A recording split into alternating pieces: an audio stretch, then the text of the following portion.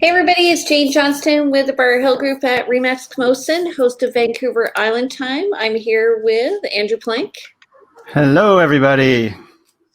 All And three of you. Andrew's with Royal LePage. How are you doing today? I'm doing great.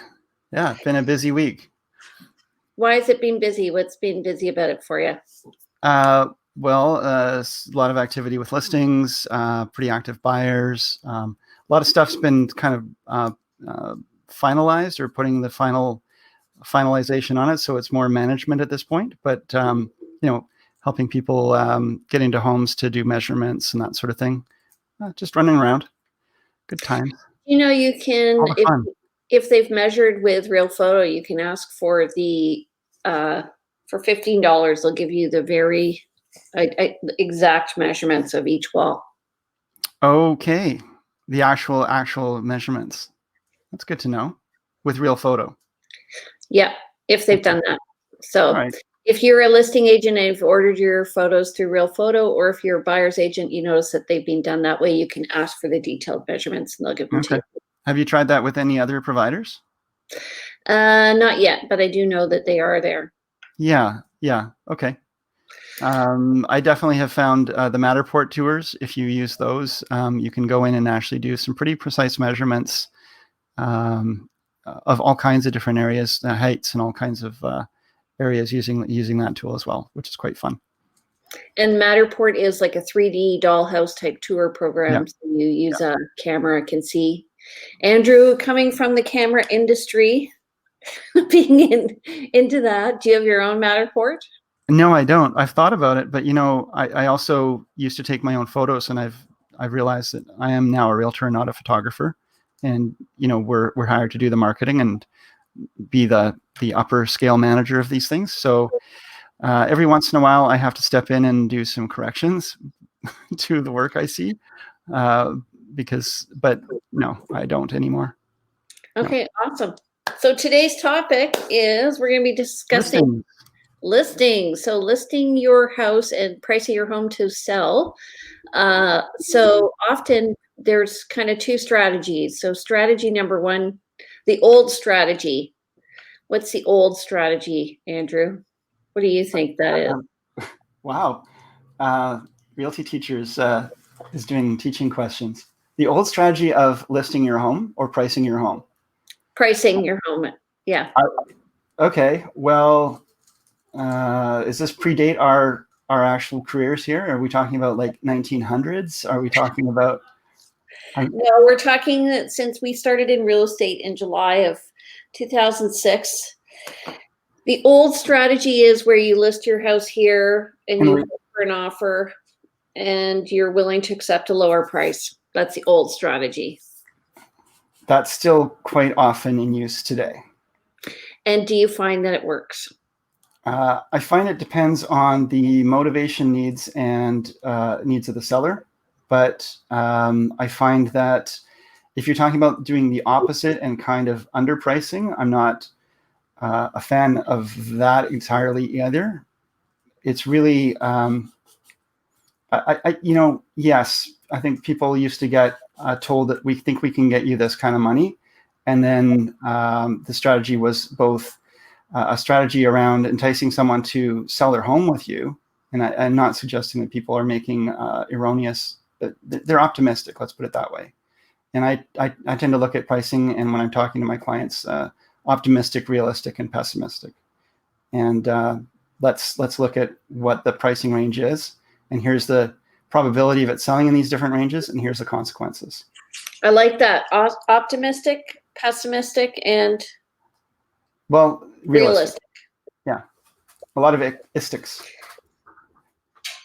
For me, I usually come up with two prices. One is the over listing price, which is the optimistic price. Yeah. Where I just honestly try and list at market value.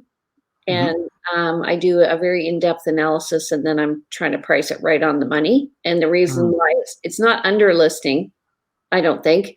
It's more about finding out what works for, again, I look at motivation. So sometimes the seller may say they want to, test the market out, and maybe they're elderly and they don't want to have a quick decision. They'll feel too rushed. And so I'll price it where I think that that will give them some breathing room, both in terms of price and days on market. But generally, I'm trying to price it right where I think it's going to sell. Yeah, and I just want to clarify something, because we're talking about when we price a home, but we don't price homes really. We give advice on housing price, and the seller chooses the price. But when we say we're pricing the home, we're talking about this is where we advise the price to be for marketing your home realistically. Right. Yeah. Okay, so do you want to show some of your slides from your market analysis? Sure. We can talk a little bit about some of the, it's really conceptual. This needs to be, these things go through rebrands and re-changes every once in a while. And this one, to be honest, I have meeting so many people over the last year and few years where it's what's called a warm lead. They already know me. I go in, we chat, we do a relatively informal market analysis. We talk about concepts, and a lot of this stuff doesn't come up anymore and get run through. So I guess I'm apologizing in advance for quality of these images. So first of all, we talked about realistic and pessimistic. Can you see this on can you share screen? Yep. Yeah, great. So one of the things that I like to talk about is, what are you trying to accomplish? Do you want to get sold for top dollar and get the most money in your pocket? Do you want to have a quick sale? And is it important to you to save on the marketing costs? In other words, are you going to be a stickler around what kind of commission you're paying? Some people will want to hire a company that does less marketing. And so I always say pick two. You can get two of these, but you can't get three. It's pretty hard to have all three where you get top dollar and sell quickly and save on the marketing efforts. The real estate fees. Yeah. Well, fees relate to efforts and the ability and capacity of an agent to act on your behalf. If you are working with an agent who is high volume and low cost, they're not going to have the time or attention to put into really fine details. It's the economics of how it works. So there's always a balancing act. And again, people get to choose how they work with this. But it's something I tend to, and I think you do too, but I tend to base my fees commensurate or similar to most of my colleagues. And that's how and then I try to show how my style, my efforts, my marketing is superior to others. So people can do a relatively apples to apples comparison. And it's not based on me saying, well, I'm going to save you money on marketing. And right. That's just a one thing. And that has not necessarily to do with price, but it does show that there is truly a relationship with this. And I do believe that. There's the analogy, good, fast, or accurate. Yeah. Okay. That's another good one. Yeah. So the other thing is, if you go with, if you're saving on marketing costs, just understand that the buyer's realtor feels a bit of conflict because they're going to be trying to negotiate their commission at the same time as they bring in an offer, because they do want to get paid. Yes, absolutely. And I've certainly been in the experience where if it's a for sale by owner, for example, and you have to really negotiate for your fee, it makes everything a lot harder to keep everything moving forward and active. And so it takes a little wind out of the sails. And you really want to have that wind in your sails when you're advocating for your clients. So one of the slides that I have here is just what is a market analysis? Like, what are we doing here when somebody's talking about price? And Jane, you can jump in here on your own. Or are we going to do this like monologue here for a bit, and then you're going to do your own? I see. It's to me. I can't see what the mauve square says. Does that say 3 bedrooms? Yeah, it's just talking about the difference between those two homes: 3 beds, 2.5 baths versus 4 bedrooms, 3 baths. Like, one's immaculate condition, one's good condition. What are we doing when we're doing a market analysis? Is we are looking at your home And it's truly a market analysis. We're looking at what the market is doing. We're looking at what other homes on market have done and are currently out there competing with you. So we're going to try to slot your home into, I always treat it as, where does your home slot into versus the competition? And it might be that your home is 3 beds, 2 baths, and we're only seeing other 4 beds, 3 baths or something in the area that are, I'll take another step back, but when I'm looking for what's called comparable properties, I'm going to start for homes in the immediate vicinity of the home, the subject property. I'm going to look for homes that are as comparable as possible. And the combination of the two is the most ideal for coming with a sense of if every day of the week buyers are buying homes that are exactly like yours because you live in let's say a condo and it's cookie cutter, or in a subdivision that's cookie cutter, you can prove, relatively speaking, value.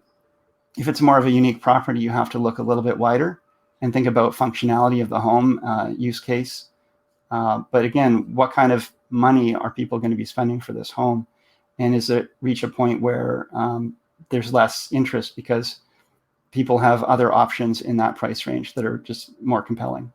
I do a similar thing. I do a gap analysis, so I see where they fit in relation to, especially condos. You can actually, if you do like 2-bedroom, 2-bath condos in a specific area, you can see where the gaps are. Where maybe I'll bring that up when I do it.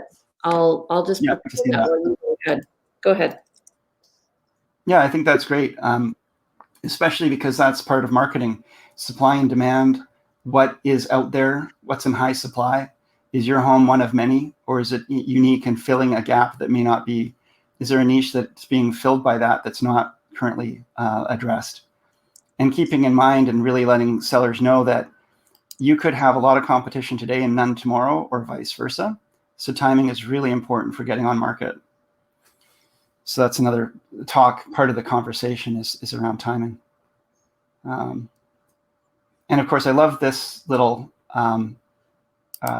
concept that the value is, from the realtor's perspective, is going to be different than the seller's perspective.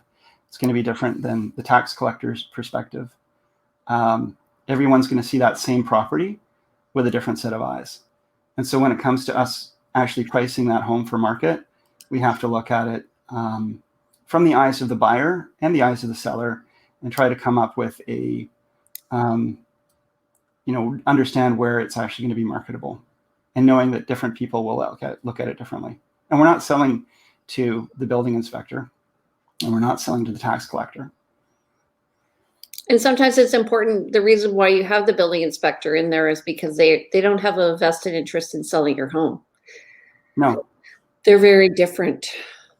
What's your experience with, like, we've all seen appraisals listed in a listing, like appraised at $1 million, and they're asking $950,000.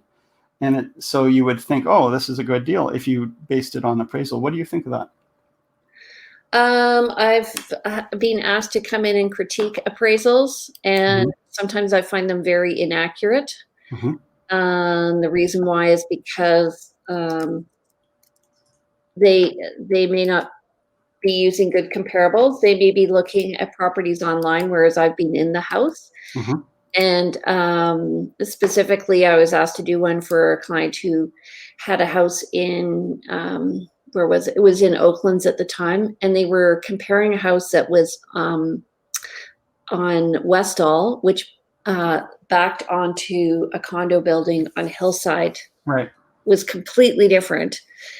So I think, there's something to be said about knowing the market and knowing what you're looking at, and the fact I like being both a buyer and a listing agent, because then I'm looking around and I'm actually, as a listing agent, I'm hearing the response from people, and as a buying agent, I'm hearing what my clients are saying, and what's often what they're saying is what's happening in the market. They're reflecting what's happening in the market, like, I'm really not into shared laundry. No. Right. Yeah, exactly. So you can wear both hats, and you can advise based on both. And sellers don't necessarily want to hear the objections that buyers may bring, but it's really useful and helpful to be able to say that, and then hopefully find ways to address it in your listing. So one thing about this this picture that you have here that I think is maybe a bit erroneous is, although the tax collector may think of your house as being $1 million. Yeah. Sometimes what happens is $1 million is an average house today in Victoria, Jane. well, assessment follows the market. So if the market's going up, assessment's going to be down here. And if the market's gone down, assessment's going to be up here. So often people will say, oh, well, it's like price below assessment. Well, assessment's the value of the property between May and October with an average in July last year. Yeah. I know. This is a humorous slide. It's not meant to be necessarily accurate. Right.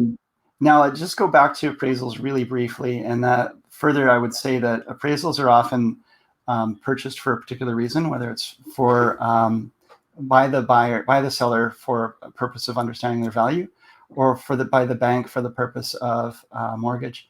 And sometimes for the different purposes, they will come in differently.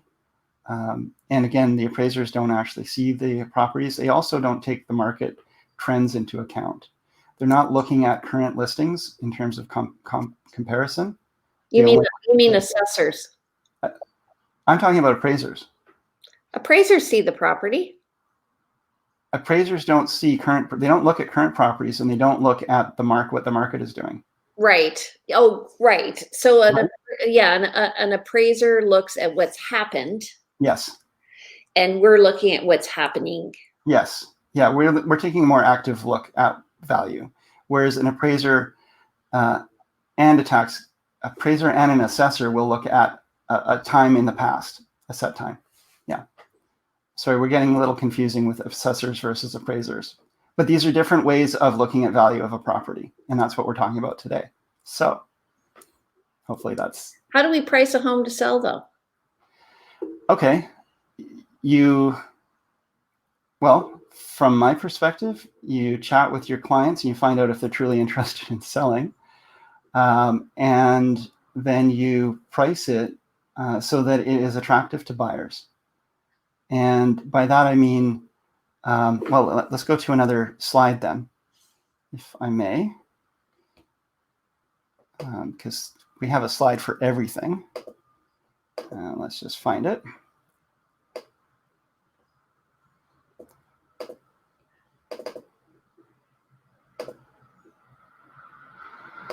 I find that people sometimes are afraid to price their home at market value because they think it'll go too quickly.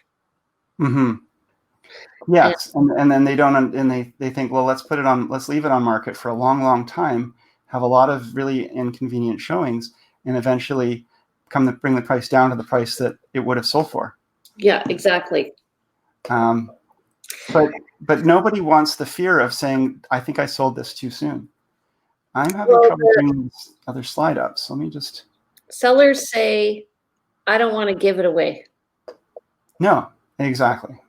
And buyers say, the seller is making a bet that the market is going to go down. And the buyer is making a bet that the price is going to go up. I have a very similar slide to that, but we can talk about that. Yeah. So when we're talking about pricing a home and how do we price a home, we're going to take into account what is selling out there and what is going to work for the seller, what's going to work for the buyer. But what's the price range that most sales are happening in? And I always like to start with the end in mind and say, okay, let's work backwards. What's the most realistic explanation? What's the most probable price you're going to sell for based on all the evidence that we can gather? It's this range. And that's based on what buyers tend to be paying and what sellers tend to be accepting. And from there, I would suggest that the higher up in the range you go, the less probable you'll have a quick sale. And the higher you go, the more of a gamble you take. There's nothing wrong with that. Just understand that you might be longer on market. And what do you want to do? But if you price in the common price range, you will actually be one of many still, perhaps, if there's a lot of properties on market. So you still have to have something that makes your property more compelling than the others. It will sell eventually in the common price range, in the middle, but you may, depending on your motivation, want to be on either side of this curve. Thoughts? Can I share my screen? Yeah. Do I have to hit stop share? What are we at? No, I'll remove you. I'll share mine. Okay. So,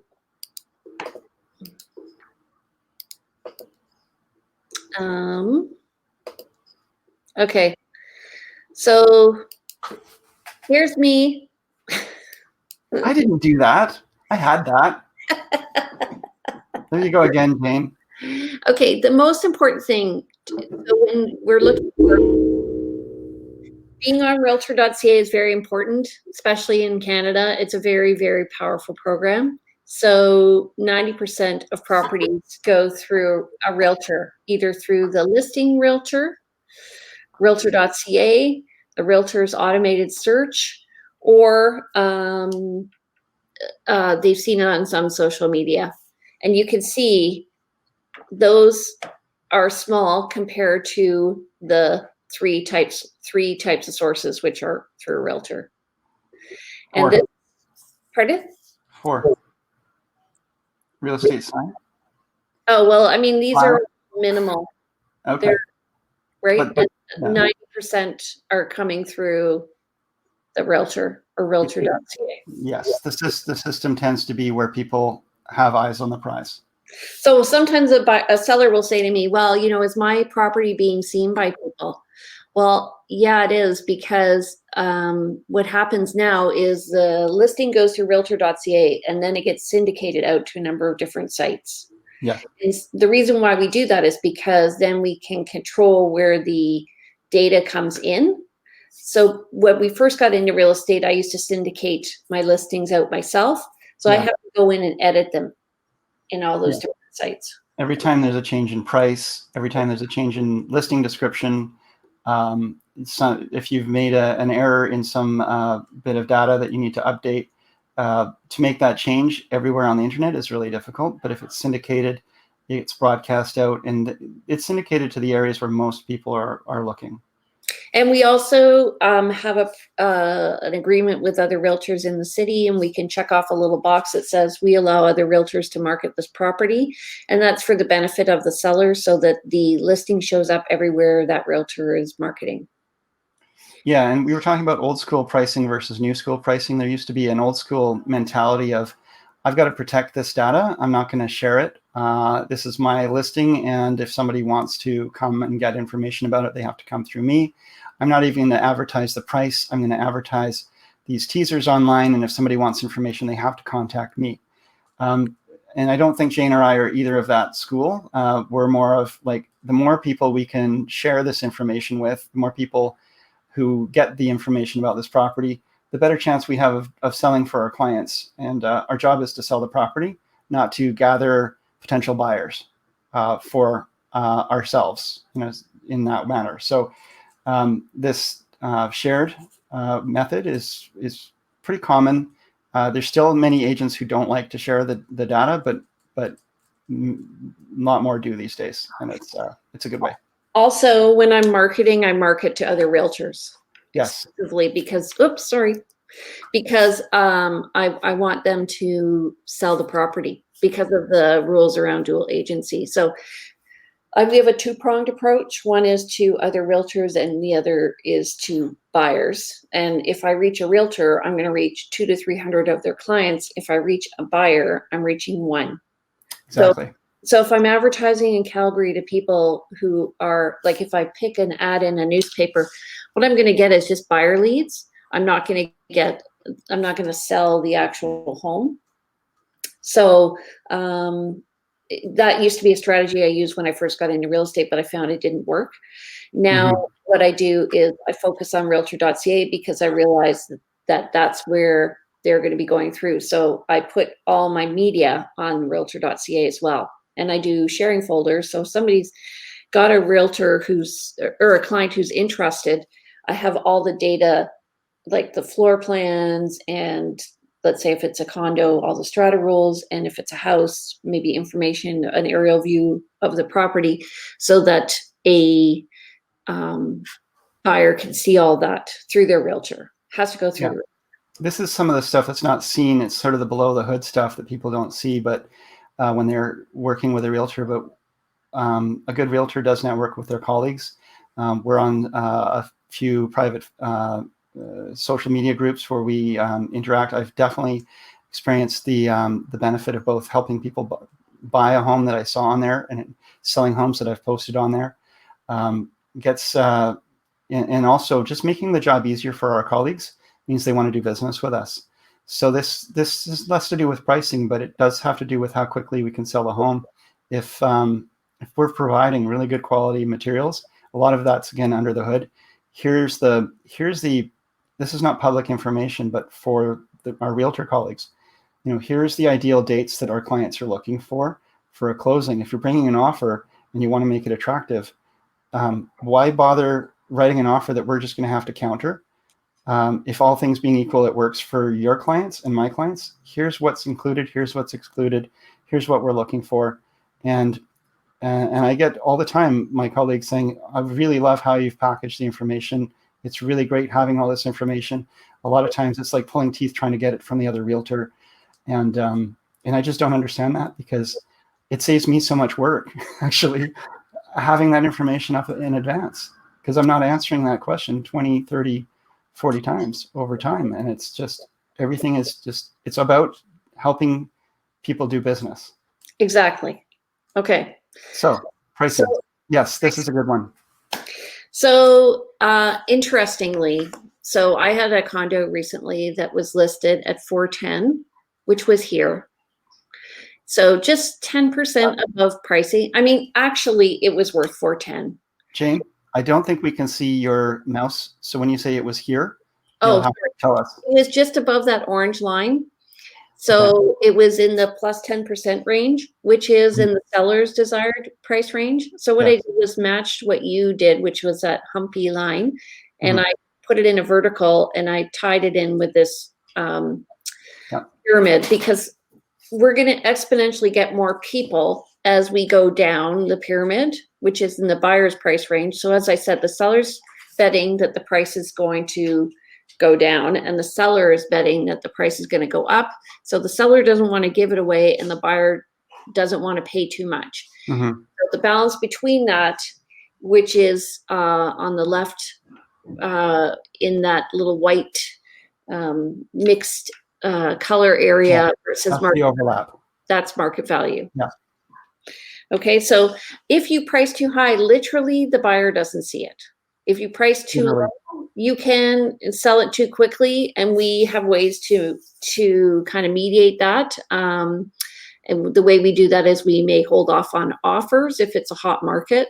And sometimes, like, we don't know that it's a hot market. It just comes on all of a sudden. And a great example is just after COVID, the openings, everybody started calling their realtor and buying right away and selling their condos and trying to get into homes.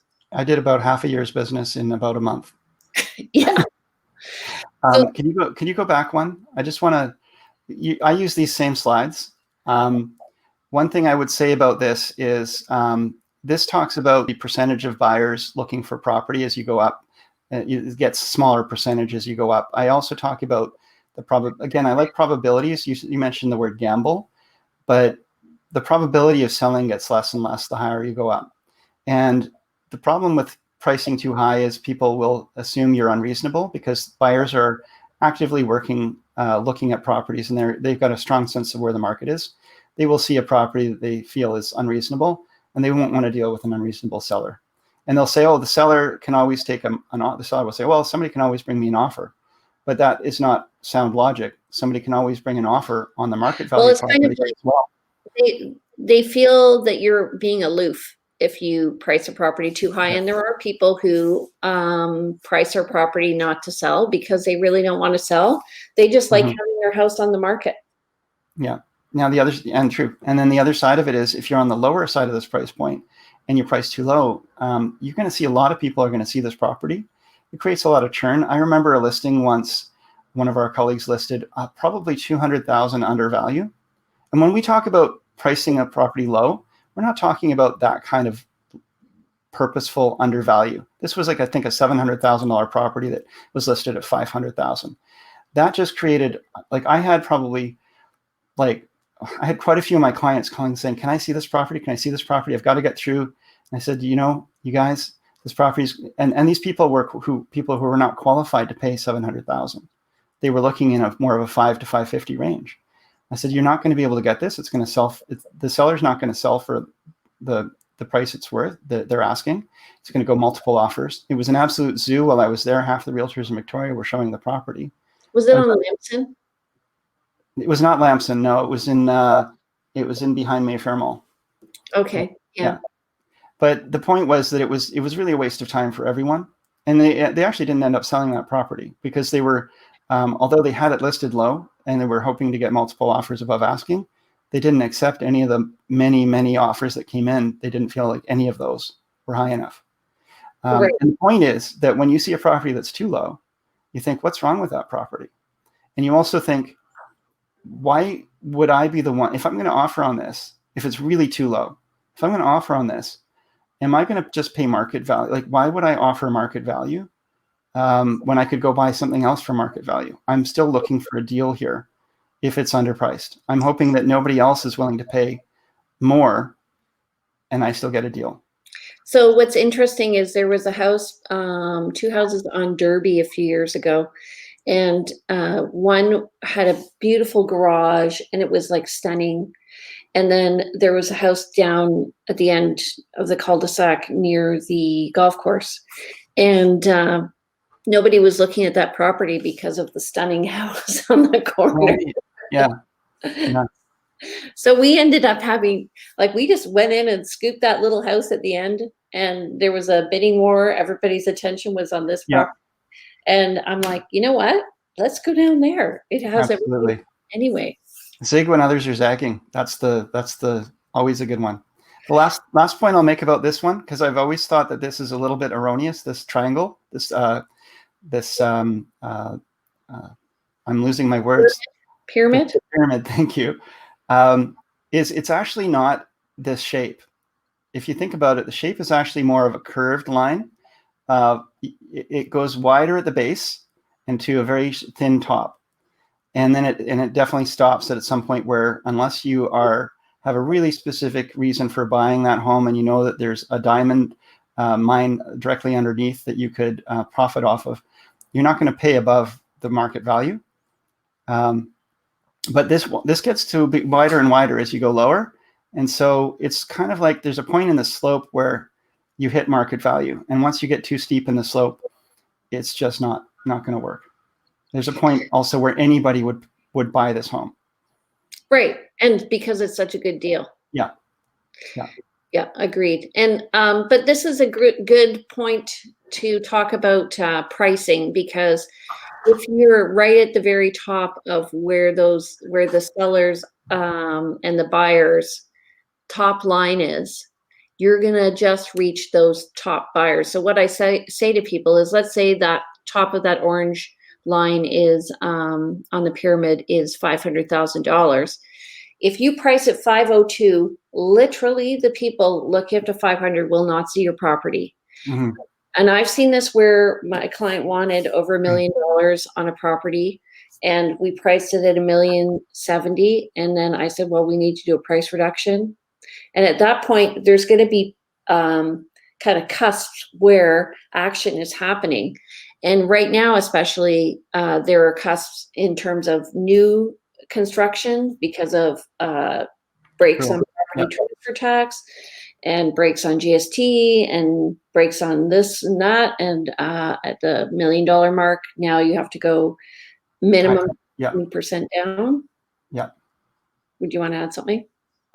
No, I was just saying, yeah, you've got it.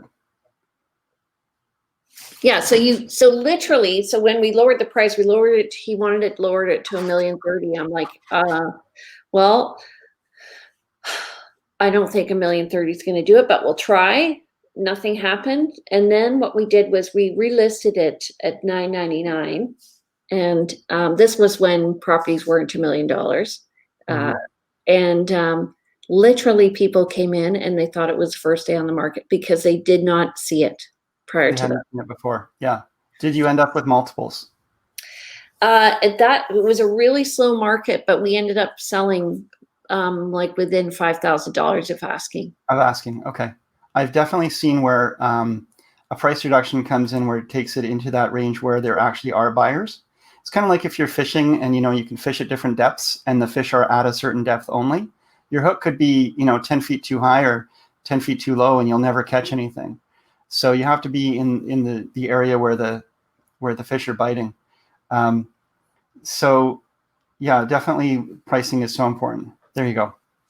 Yeah, and this is like a really great graph to just show average days on market. So if you're asking too much, which is the beginning of the graph on my left, it shows that we want to, I'm at home, that's why my dog barked. Does your dog not bark when you leave home? She wants to go outside. Anyway, so what happens is if you're priced too high, you would do a price reduction. And ironically, if you had listed where the market value was, you probably would have gotten multiple offers. But because now we're listing above, now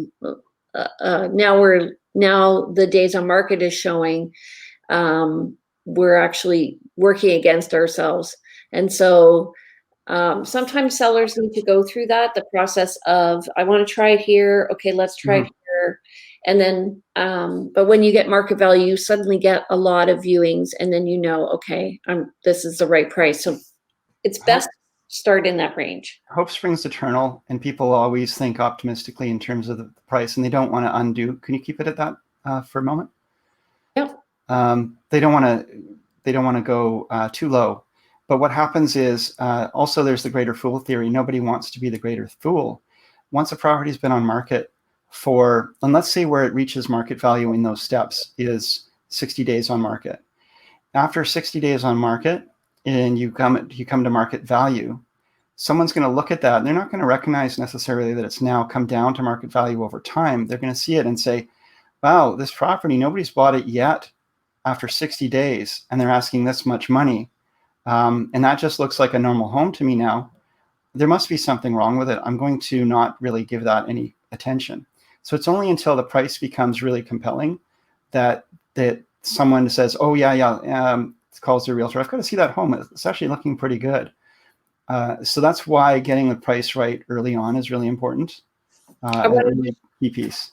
I want to show you something that I've done. Hold on. So this is share screen. Oh, so I just did this market analysis of a condo while we were sitting here. And this is something that I did yesterday for someone. And as you said, it was a warm call. It was very, it's going to come up small. So I apologize.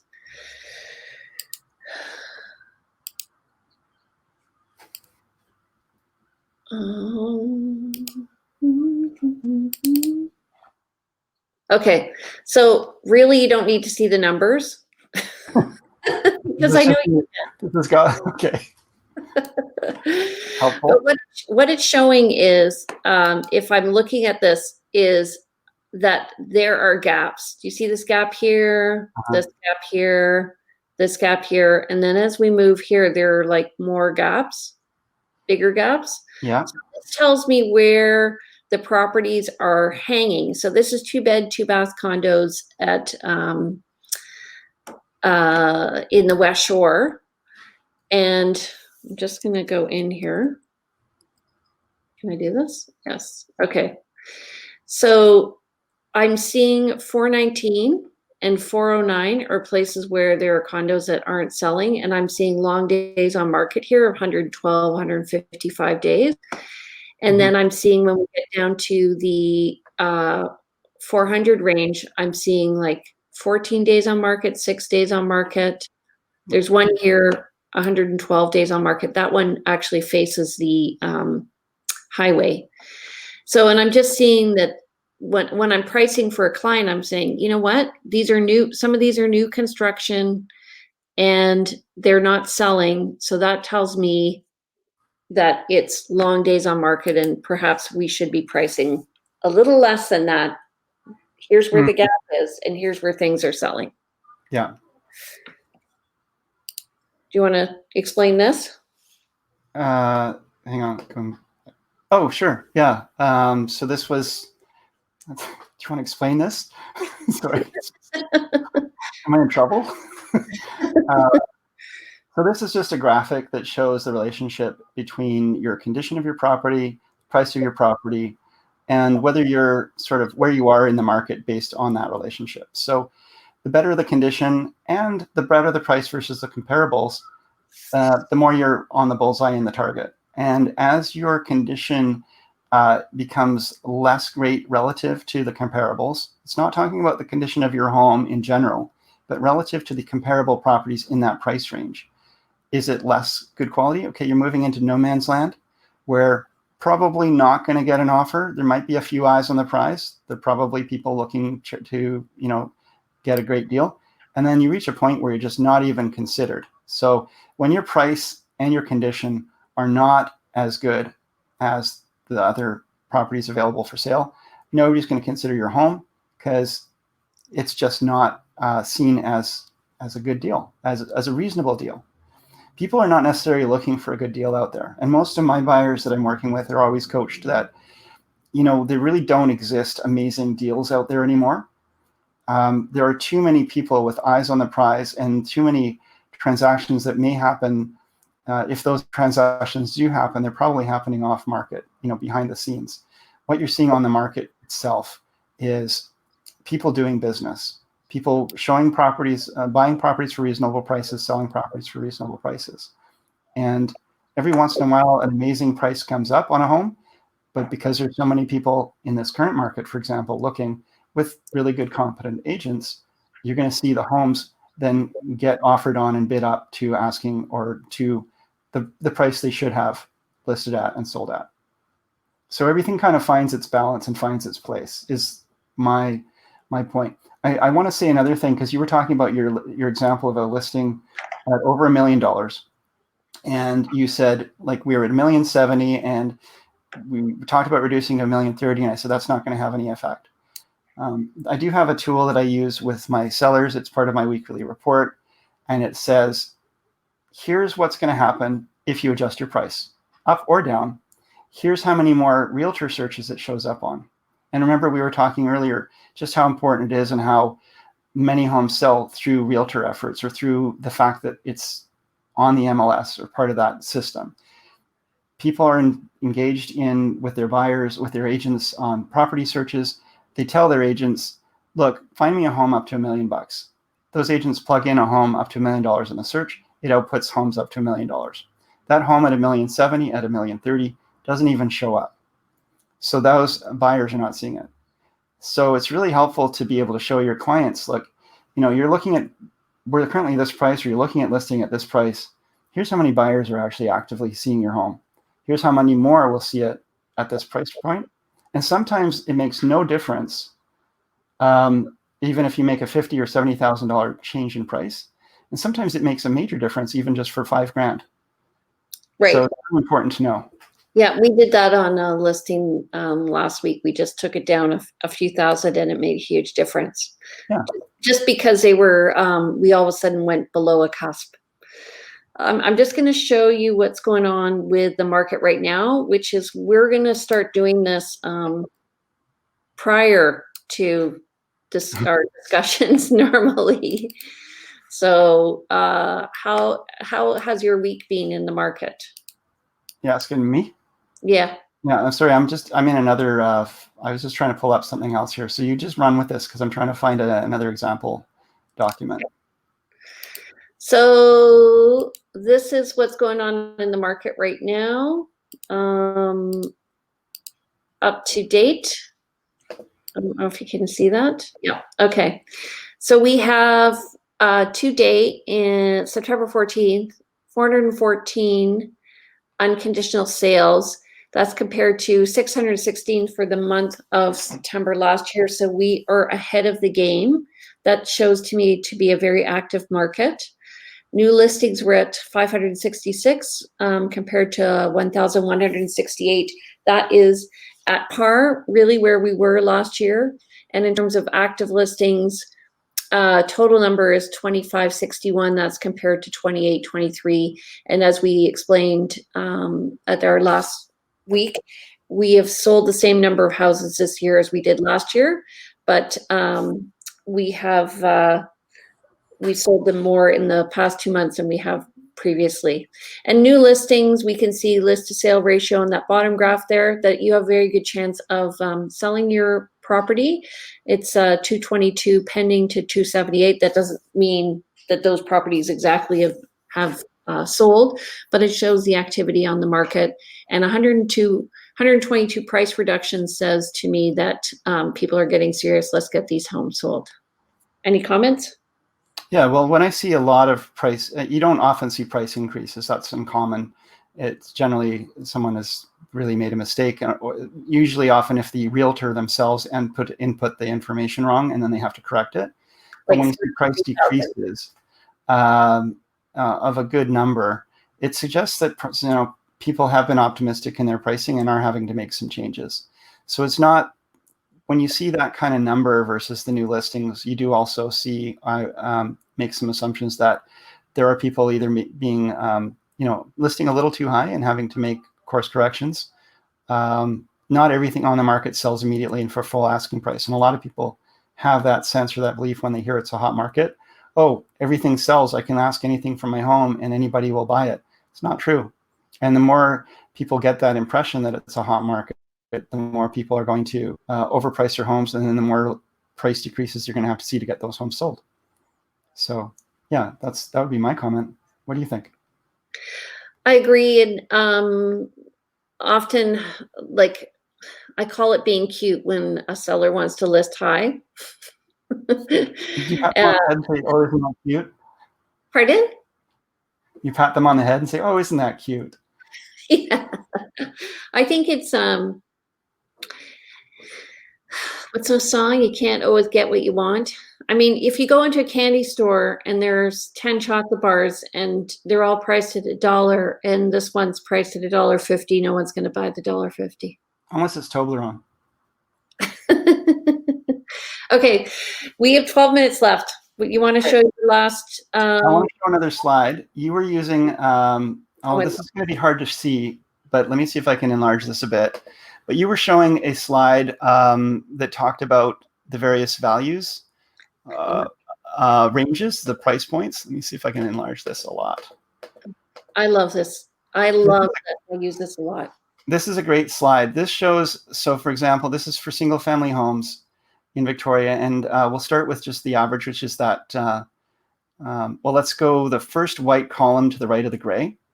So for the city of Victoria, and then on the left, you've got the different price points.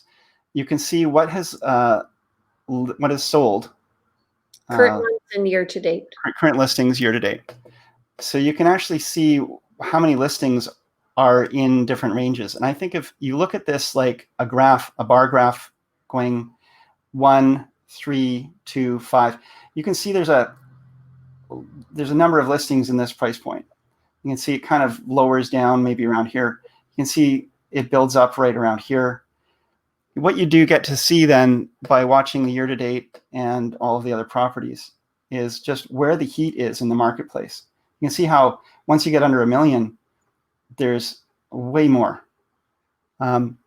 Anyway, this one's a little hard to show directly on this slide, but the point is that you can really get a sense of where the peaks and valleys are for property pricing by using this graph as well. And when you 3 over, go up to the top.